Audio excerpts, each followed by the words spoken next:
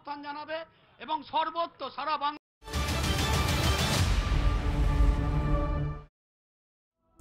और अब बात पुलवामा में बदलापुर की। जम्मू कश्मीर के पुलवामा में बीती रात से ही चल रहे एनकाउंटर के बाद सुरक्षा बल ने 3 आतंकियों को ढेर कर दिया। ये आतंकी एक मकान में छिपे थे, जहां इन्होंने 4 से 5 लोगों को बंधक बनाए रखा था। मुठभेड़ के दौरान सुरक्षा बल ने पहले लोगों को रिहा कराया और उसके बाद धमाके से पूरे मकान को उड़ा दिया। आतंकियों के पास से भारी मात्रा में गोला बारूद और हथियार भी बरामद किए गए। बकौल पुलिस, मारे गए तमाम आतंकी वही हैं जिन्होंने बीती शाम श्रीनगर के नौगांव में बीजेपी नेता के घर पर हमला किया था, और वो भी बुरके की आड़ में।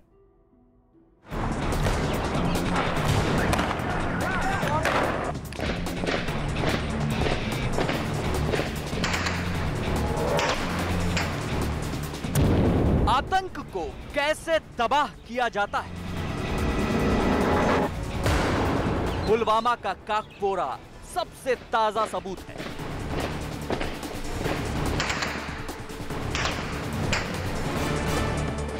दहशत की पनाहगाह को कैसे बर्बाद किया जाता है, इन तस्वीरों से बेहतर कोई गवाही नहीं दे सकता।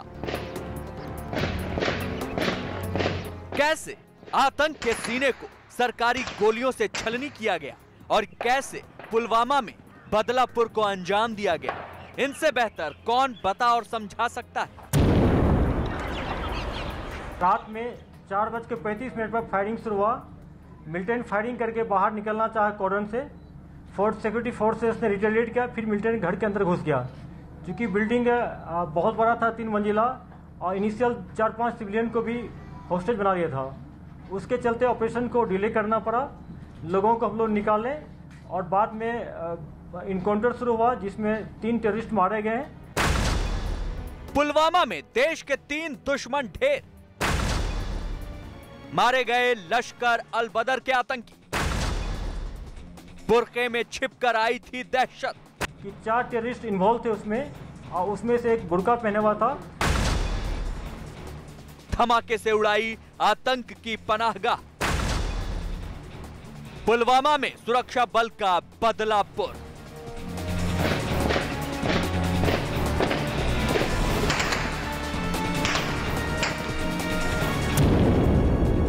जम्मू कश्मीर के पुलवामा काकपोरा का ये वो इलाका है जहां सुरक्षा बल ने मुठभेड़ में 3 आतंकियों को ढेर किया है। आतंकियों और सुरक्षा बल के बीच मुठभेड़ कल देर रात से ही जारी थी, क्योंकि बीती रात आतंकवादियों ने भारतीय जनता पार्टी के एक नेता के घर घातक हमला किया था। पहली तस्वीर बीती रात श्रीनगर में बीजेपी नेता के घर हुए आतंकी हमले की है। उस हमले में एक पुलिस वाला शहीद हो गया था, जबकि दूसरी तस्वीर आज पुलवामा में हुई मुठभेड़ की है। दरअसल गुरुवार को लश्कर के 4 आतंकियों ने बीजेपी नेता अनवर अहमद के घर पर हमला किया था। आतंकियों के इस हमले में वहां तैनात पुलिसकर्मी रमीज राजा की मौत हो गई। गनीमत यह रही कि इस हमले में बीजेपी नेता बच गए।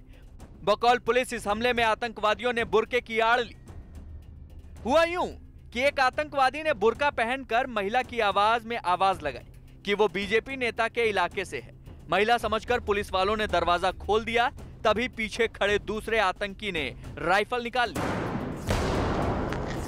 मामला भांपकर पुलिस वालों ने दरवाजा बंद करने की कोशिश तो की, लेकिन आतंकवादियों ने फायरिंग शुरू कर दी, जिससे पुलिस के सिपाही रमीज राजा शहीद हो गए।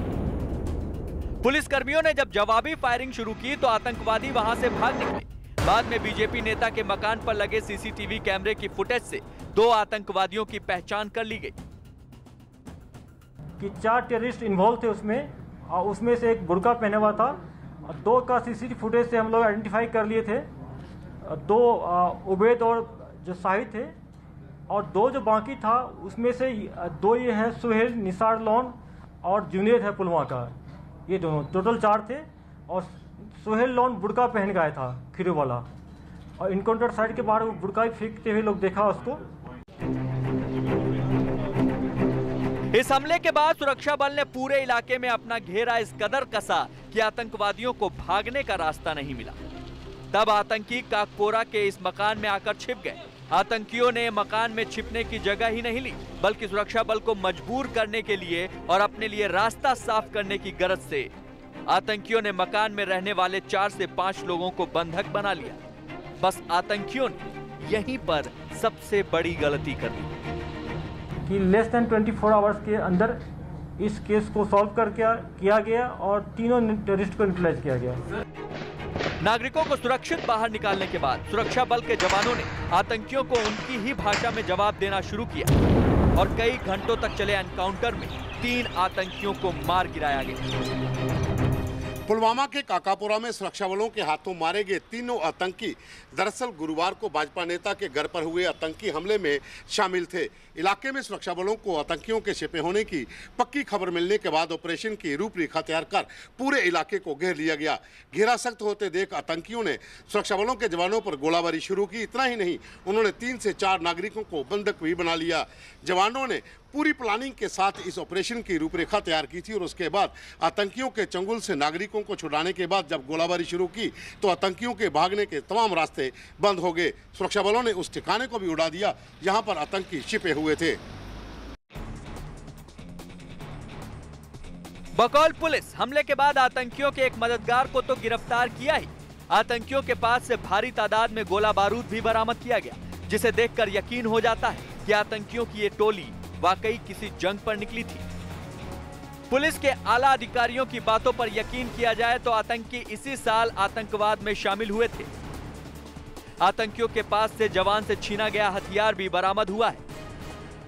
पुलिस अफसर के मुताबिक कश्मीर में जब से धारा 370 हटाई गई है, बस तभी से आतंकी संगठन बौखलाए हुए हैं। एक नया चीज में इमर्ज हुआ है। ये जो एक्शन हुआ था कल, इसमें एलईटी और अलबदर दोनों मिलकर किया था, क्योंकि इसमें से 3 टेररिस्ट में से 2 अलबदर का है और राइफल भी उसी के साथ मिला है। और कल इनिशियल हम लोगों को पता चला था कि ये टीआरएफ के मिलिटेंट है श्रीनगर सिटी वाला, लेकिन इनिशियल ये नहीं था पता कि पुलवामा का टेररिस्ट भी इसमें मिला हुआ है। कल हम लोग लग रहा था कि चारों के चारों टेररिस्ट सिटी के ही हैं, लेकिन 2 सिटी का है और 2 पुलवामा डिस्ट्रिक्ट का है पूरा। सुरक्षा बल और आतंकियों की एक टुकड़ी के बीच हुई इस मुठभेड़ में लश्कर और अलबदर के 3 आतंकी मार गिराए गए। इसके साथ ही इस साल अब तक 23 आतंकियों को सुरक्षा बल ने मौत के घाट उतारा है। अकेले मार्च के महीने में ही सुरक्षा बल और आतंकियों के बीच 1 दर्जन से ज्यादा बार मुठभेड़ हुई। इन मुठभेड़ में 11 आतंकियों को सुरक्षा बल ने हमेशा के लिए जहन्नम का रास्ता दिखा दिया।